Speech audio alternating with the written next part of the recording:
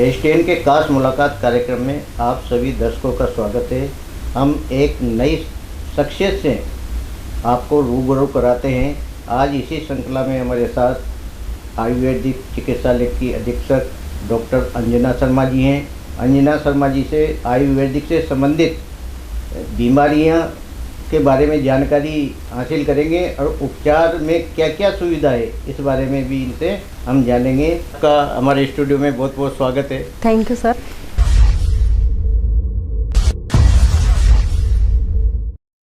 Doctor Anjana ji, आपकी शिक्षा दीक्षा कहाँ से हुई? आपके जीवन परिचय के बारे में दर्शकों को बताएं। सर, मेरी प्रारंभिक शिक्षा गौशाला स्कूल सब्जी मंडी, वहाँ से मैंने 8th पास किया। उसके बाद में महारानी स्कूल रामपुरा से मैंने 11th पास किया। 9th 10th 11th वहाँ से किया। उसके बाद मैंने BMS के लिए एग्ज़ाम दिया एंट्री। उसके बाद मेरा BMS में सिलेक्शन हो गया और राष्ट्रीय आयुर्वेद संस्थान जयपुर से मैंने आयुर्वेदाचार्य किया। डॉक्टर अंजना शर्मा जी, आप आयुर्वेदिक चिकित्सालय में अधीक्षक पद पर हैं। चिकित्सालय में क्या क्या सुविधाएं आयुर्वेदिक से संबंधित रोगियों के लिए उपलब्ध है? सर, हमारे आयुर्वेद में कहा गया है काय बाल ग्रह ऊर्ध्वांग शल्य जरा दृष्टा वृषानाम। आयुर्वेद की संपूर्ण चिकित्सा 8 अंगों में समाहित की गई है, जिसके अंतर्गत काय चिकित्सा, बाल रोग, स्त्री रोग, शल्य कर्म और विष चिकित्सा, रस रसायन चिकित्सा ये बताई गई है। लेकिन चूँकि हमारा ये जो जिला चिकित्सालय वैद्य दाऊदयाल जोशी राजकीय आयुर्वेदिक चिकित्सालय तलवंडी, ये अपने संभाग का सबसे बड़ा जिला चिकित्सालय है। यहाँ पर लगभग सभी रोगों का उपचार किया जाता है और मेन इस चिकित्सालय को लोग पाइल्स फिस्टुला के ऑपरेशन के हिसाब से जानते हैं। यहाँ पर आयुर्वेद पद्धति से क्षार सूत्र के द्वारा जो गुद मार्ग में पाइल्स हो जाते हैं, जिनको अर्श कहते हैं, भगंदर है जिसको फिस्टुला कहते हैं, और एक फिशर होता है जिसको परिकर्तिका कहते हैं, उसके लिए हम आयुर्वेद विधि से तैयार किया हुआ क्षार सूत्र काम में लेते हैं। इसकी खासियत ये है कि इसके द्वारा किया गया ऑपरेशन उसके बाद में दोबारा रिकरेंसी के चांस नहीं के बराबर होते हैं। चूँकि अब हमारा चिकित्सालय महाविद्यालय से संबंध हो गया, तो अब यहाँ पर विषय विशेषज्ञ भी अपनी अपनी सेवाएं देते हैं। डॉक्टर अंजना शर्मा जी, देखा गया है कि पहले आयुर्वेदिक चिकित्सालय में इतना आउटडोर नहीं होता था, आज आउटडोर काफ़ी बढ़ गया है। तो ये आयुर्वेद के प्रति रोगियों की एक समझ है, तो कितने आउटडोर में पेशेंट आ जाते हैं इस बार? सर, आउटडोर हमारा अभी कोरोना काल के बाद में काफ़ी बढ़ा है, क्योंकि कोरोना जो कि अदृश्य वायरस से होने वाली बीमारी थी, जिसमें लोगों को काफ़ी भय हो गया था, काफ़ी डेथ भी हुई है। उस दौरान हमारे चिकित्सालय में पोस्ट कोविड सेंटर भी चलाया गया था, जिसके अंतर्गत कि कोरोना से पीड़ित रोगियों को रोग प्रतिरोधक क्षमता बढ़ाने के लिए हमारे आयुर्वेद डिपार्टमेंट से उनको रस रसायन चिकित्सा दी गई थी, जिससे रोगी बहुत संतुष्ट हुए। उसके बाद से ही हमारा आउटडोर लगभग काफ़ी अच्छा हो गया। दूसरा कि हमारे यहाँ चिकित्सालय अब महाविद्यालय से संबंध हो गया, तो यहाँ जो पहले सीनियर डॉक्टर्स और एमओस बैठते थे, उसके अतिरिक्त अब यहाँ विषय विशेषज्ञ भी बैठने लगे हैं। तो जैसे कि मेडिसिन है, काय चिकित्सा है, तो उसमें सभी बीमारियां हैं, ज्वर है, अतिसार है, गृहिणी है, जितने भी पुराने रोग हैं वो सब काय चिकित्सा के अंतर्गत डॉक्टर देखते हैं। ऐसे ही बच्चों के डॉक्टर बाल रोग विभाग वाले देखते हैं। स्त्री और प्रसूति अलग से डिपार्टमेंट बन गया। और पंचकर्म है, पंचकर्म में ऐसी चिकित्सा पद्धति है जिसके अंतर्गत जो बीमारियां कष्टसाध्य से ठीक होती हैं वो बड़ी आसानी से ठीक हो जाती है। चूँकि हमारे यहाँ इंडोर भी चलता है, तो उसके अंतर्गत हम रोगियों को भर्ती करके और उनकी चिकित्सा करते हैं। डॉक्टर अंजना शर्मा जी, ये संभाग का सबसे बड़ा आयुर्वेदिक चिकित्सालय है। यहाँ रोगियों को भर्ती भी किया जाता है। भर्ती इस समय यहाँ कितने बेड है? इस समय सर यहाँ पे 40 बेड हैं और लगभग एक यूनिट से प्रतिदिन 4 से 5 रोगी भर्ती करते हैं। और कोटा, बूंदी, बारा, झालावाड़ यहाँ से तो रोगी आते ही हैं, लेकिन एमपी की सीमा नज़दीक होने के कारण एमपी से भी काफ़ी रोगी यहाँ इलाज के लिए आते हैं। आगे से बेड क्षमता बढ़ाने की आपने के लिए लिखा है आपने राज्य सरकार को? हाँ बिल्कुल, हमने राज्य सरकार को बेड बढ़ाने के लिए भी लिखा है। और चूँकि जो औषधियाँ आती है हमारे, तो वो भी हमारे कम रहती हैं क्योंकि आउटडोर बड़ा है, तो उसके लिए भी हमने निवेदन किया है कि हमारे यहाँ दवाइयों का बजट भी बढ़ाया जाए। और इसके अलावा हमारे यहाँ एक गवर्नमेंट की तरफ से 3 यूनिट स्पेशल चलती हैं। एक है जरावस्था, जो कि 60 साल से ऊपर के रोगियों के लिए है। उसमें उनके लिए बजट अलग आता है, दवाइयाँ अलग आती है, उनको हम निःशुल्क चिकित्सालय से देते हैं। दूसरी यूनिट हमारे यहाँ पंचकर्म चलती है, उसका भी बजट आता है। और उसमें जो भी कोरोना के साइड इफ़ेक्ट से कई बीमारियाँ नई आई है सामने देखने को। आपने भी सुना होगा कि एवीएन जैसे कि युवा बच्चों में ये बीमारी देखने को मिल रही है। तो इसमें पंचकर्म का बहुत अच्छा रिजल्ट है। इसमें हम रोगी को भर्ती करते हैं और जो भी हमारे पंचकर्म के प्रोसेस होते हैं, अभ्यंग है, स्वेदन है, बस्ती चिकित्सा है, वो करते हैं। तीसरी यूनिट हमारे यहाँ चलती है आंचल प्रसूता। आंचल प्रसूता यूनिट गर्भिणी महिलाओं के लिए है विशेष तौर से, क्योंकि आजकल देखा जाता है कि अवेयरनेस नहीं होने के कारण कई बार बच्चों को गर्भ में डेथ हो जाती है और कई बीमारियां लेके बच्चा पैदा होता है। तो उसके लिए हम काम करते हैं। इस यूनिट को मैं खुद देखती हूँ, तो इसका अलग से बजट आता है। इसमें हम गर्भवती महिलाओं का, जैसे ही गर्भ का पता चलता है तो फर्स्ट महीने से 9 मंथ तक आयुर्वेदिक जो हमारे शास्त्रों में चिकित्सा बताई गई है, मासानुमासिक चिकित्सा बताई है, उसका हम पालन करवाते हैं, पथ्य का पालन करवाते हैं। और जो हमारे यहाँ सरकार की तरफ से गर्भिणी महिलाओं के लिए पोषण आता है, पथ्य का किट आता है, वो हम उनको प्रोवाइड कराते हैं। इसके अलावा डिलीवरी के बाद, प्रसव पश्चात उन्हें क्या सावधानी रखनी चाहिए उसके बारे में हम काउंसलिंग करते हैं।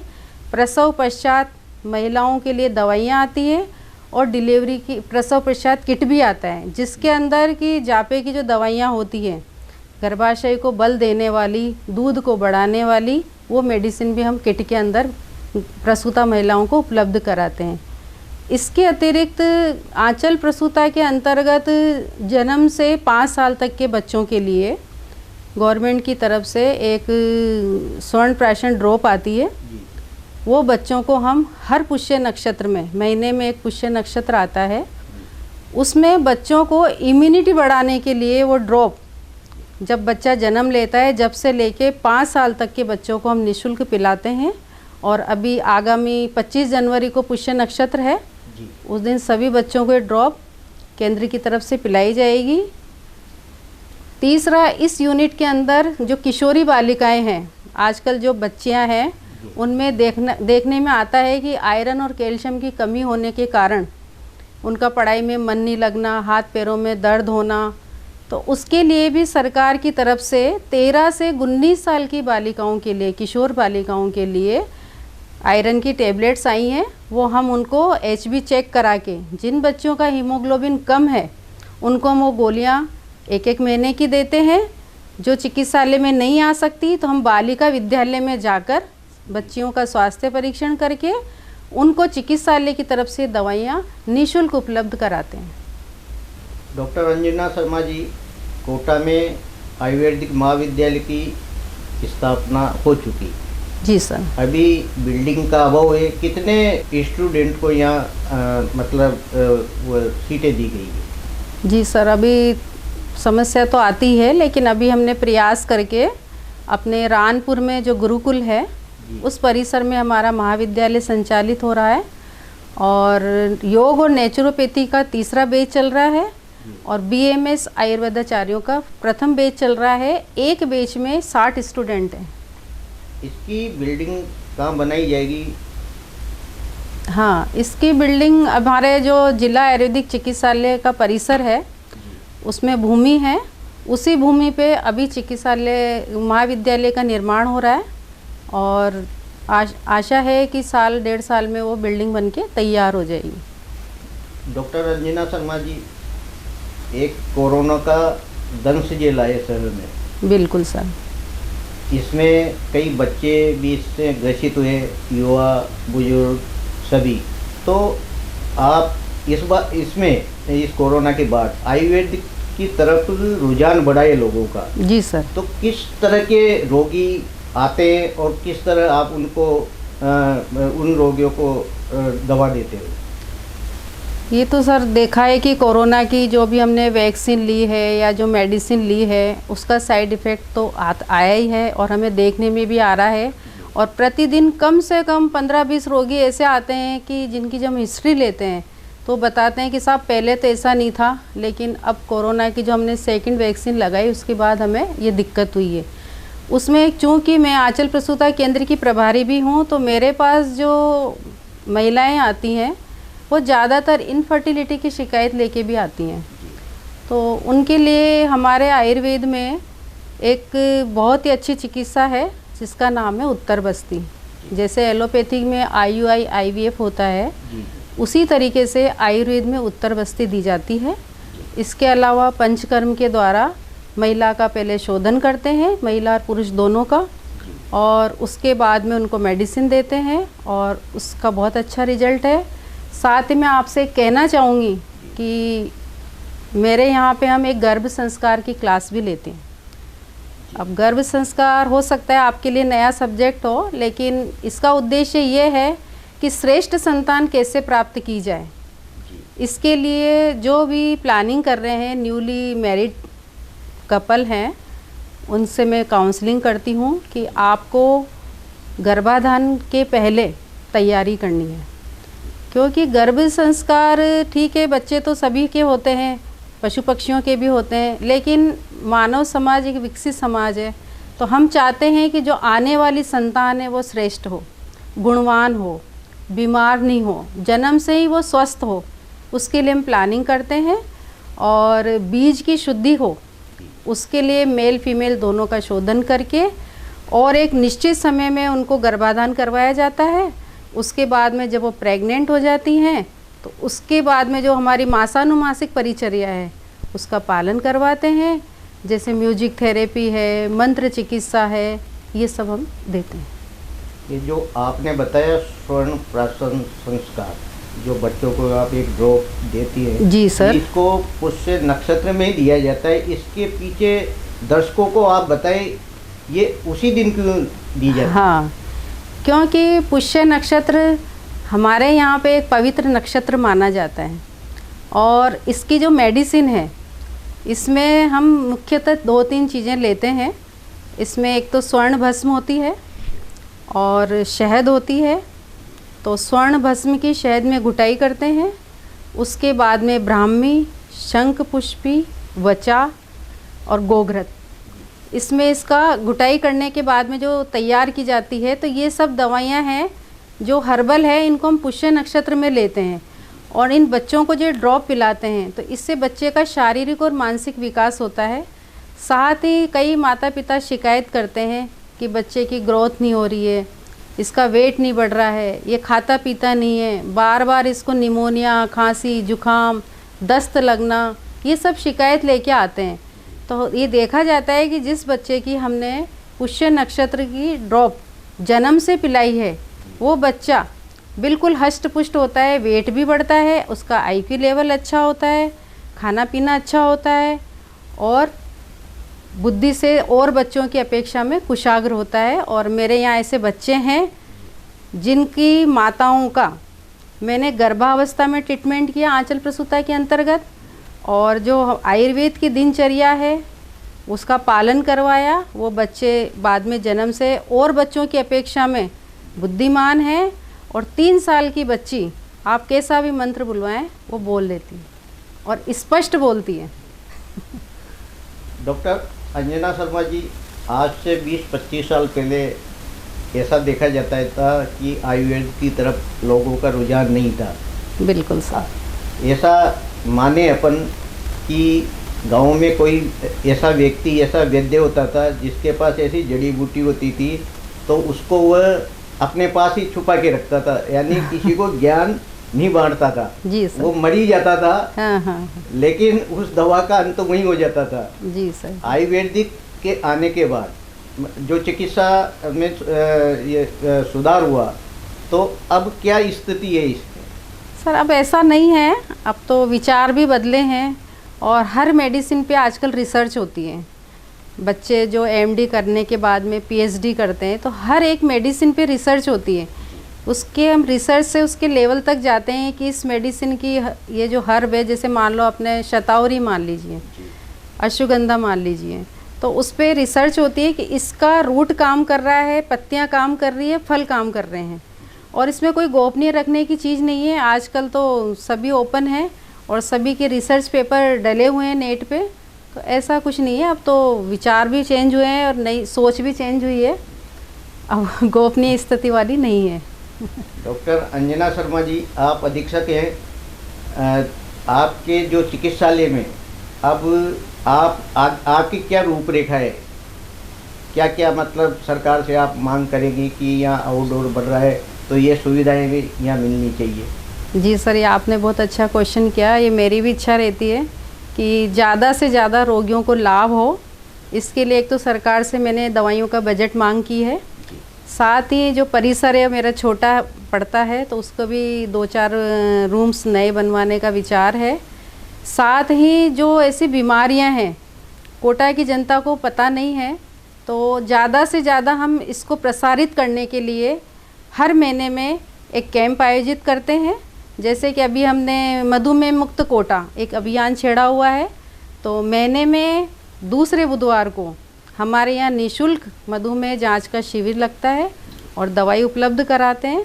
इसी प्रकार से महीने के में 2 बार हर मंडे को स्त्री और प्रसूति रोग निवारण शिविर लगता है, जिसके अंतर्गत गर्भवती महिलाएं और प्रसूताओं की हम जांच करते हैं और दवाइयाँ देते हैं। और महीने में 1 बार गर्भ संस्कार की कार्यशाला होती है और कई बार हम ये कार्यशाला बाहर भी करते हैं, आंगनबाड़ी में गायत्री परिवार के साथ मिलके, ताकि हम चाहते हैं कि आने वाली जो संतान है वो श्रेष्ठ संतान ही आए, इसके लिए हमारा प्रयास है। और ज़्यादा से ज़्यादा ओपीडी बढ़े, इसके लिए जितने भी विषय विशेषज्ञ हैं हर महीने हम एक कैंप रखते हैं। जैसे नाक कान गला रोग विशेषज्ञ हैं, 1 महीने उनका रखते हैं ईएनटी का, 1 महीने पंचकर्म का, 1 महीने स्त्री प्रसूति का, बाल रोग का, काय चिकित्सा का, शल्य का।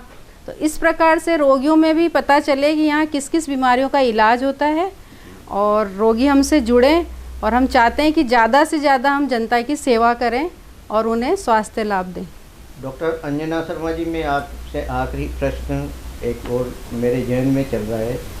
मधुमेह ये ऐसा रोग है जिसको बोलते हैं लाइलाज बीमारी। बिल्कुल सर। यानी कि जीवन में ये रोग है, ख़त्म नहीं हो सकता, दवा के उसी से ही मतलब ये कंट्रोल होगा। जी सर। तो क्या ये खत्म हो सकता है?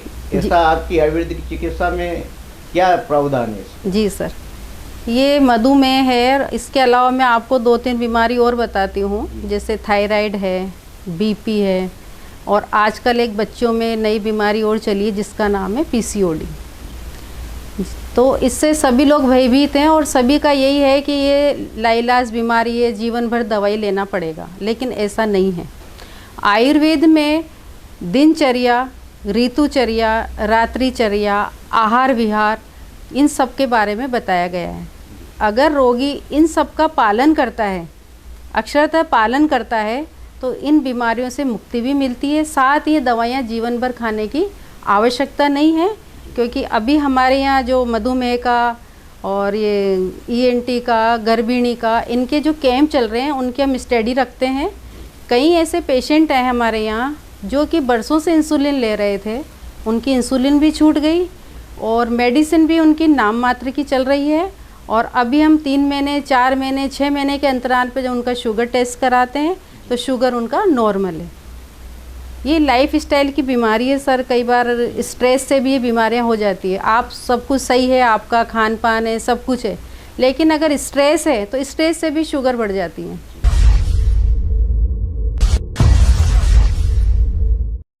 ये थी हमारे साथ आयुर्वेदिक चिकित्सालय की अधीक्षिका डॉक्टर अंजना शर्मा जी। हमारे स्टूडियो में पधारी, आप लोगों को आयुर्वेदिक से संबंधित कई जानकारियाँ दी। डॉक्टर साहब आपका बहुत नमस्कार सर, नमस्कार, बहुत बहुत धन्यवाद।